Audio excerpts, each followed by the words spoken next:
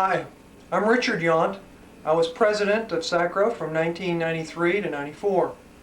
Your presidential year actually begins the year before when you're responsible for the annual meeting program. I was responsible for the planning of the annual meeting program for the Fort Worth meeting, and among other things, that meeting broke all attendance records, and we had a very excellent program. We had the local arrangements was chaired by Jack Thornton, and we had a very fine meeting. We during the year that I was president, we met at SACRAO in Orlando, and we hosted the hospitality suite that evening, or hospitality evening, because there was nothing in the hotel going on, and SACRAO still receives bills from that activity.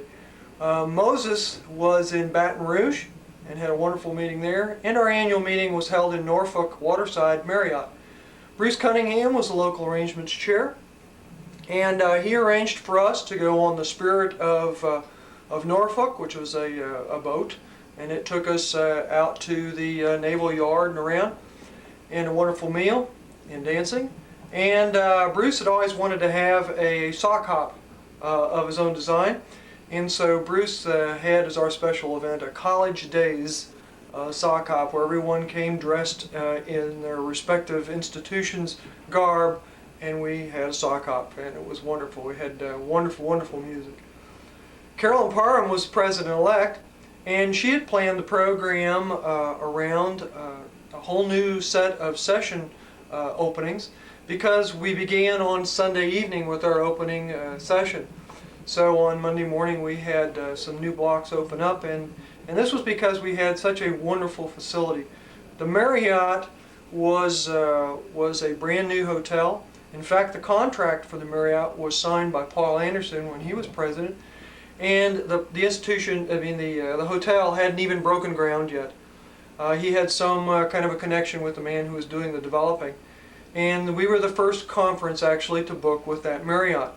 We used that to our advantage throughout the meeting, and had some wonderful activities and meals and things that they really bent over backwards for us, and well, we all benefit from it. The executive committee always meets the Wednesday afternoon after the annual meeting, and the next morning on Thursday we left Norfolk in probably one of the worst ice storms that any of us have ever been in. It was all we could do to slip to the airport and get out of Dodge, so to speak. During my year as president, I took credit for a number of things that the executive committee put into action. We had gone into the year with a budget that expected to have to dip into reserves because we decided not to raise dues, as SACRAO is so good at doing. And because of the frugality and close management of our treasury, we did not have to do that dipping. We revised our budget and came in under budget. We completed implementation of the 3-region rotation plan for annual meetings. That had before been 4 regions, and it was hard for some because there were so few states in a region.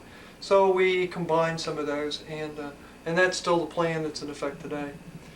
We had audit committee the year before recommend that we receive regular external audits, and we decided that we would do that with the change of treasurers. So SACRAO, I believe, still continues that with external audits every 2 years. COPA died during this year, and so we had to change our constitution to reflect that, because prior to the change, COPA, you had to be listed in COPA in order to be a member of SACRAO. It was the first year we had a vice president for states, regionals, and membership, and Linda Finley did the yeoman's task on that, and we had a very large jump in our membership because of the efforts of that vice presidency and Linda. We began discussion during the town meeting for a point system for the Distinguished Service Award, and that has since been codified. One of the wonderful things was we picked up on the Texas mentoring program that they had won an award from SACRAO for, and we put it into practice. And Linda Finley again was responsible for that, and Jane Perkins chaired that committee, and we had a lot of mentoring going on and wonderful activities for new members during that time. Probably the thing that I'd say that we sweat a lot of blood and tears over was what to do with the journal. The journal was running into hard times, so to speak, and we asked Ray Steins if he would take over the editorship, and he did. And I think the activities of the journal board, and especially Ray, since that time have merited us with I believe this year our 10th edition that celebrates our 50th year with the completion of the history of the SACRAO years. Thank you very much for staying with me. I've talked long as usual, and I hope that SACRAO has a great next 50th.